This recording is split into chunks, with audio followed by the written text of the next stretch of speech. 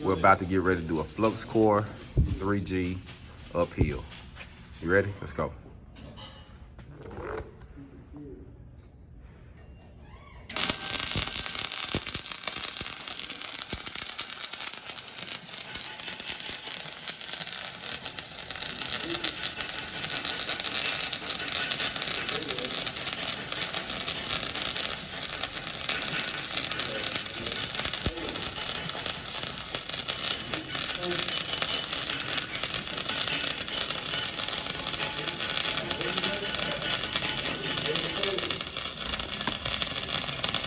I had him do a couple dry runs to make sure he was good and comfortable so he can make it to the top.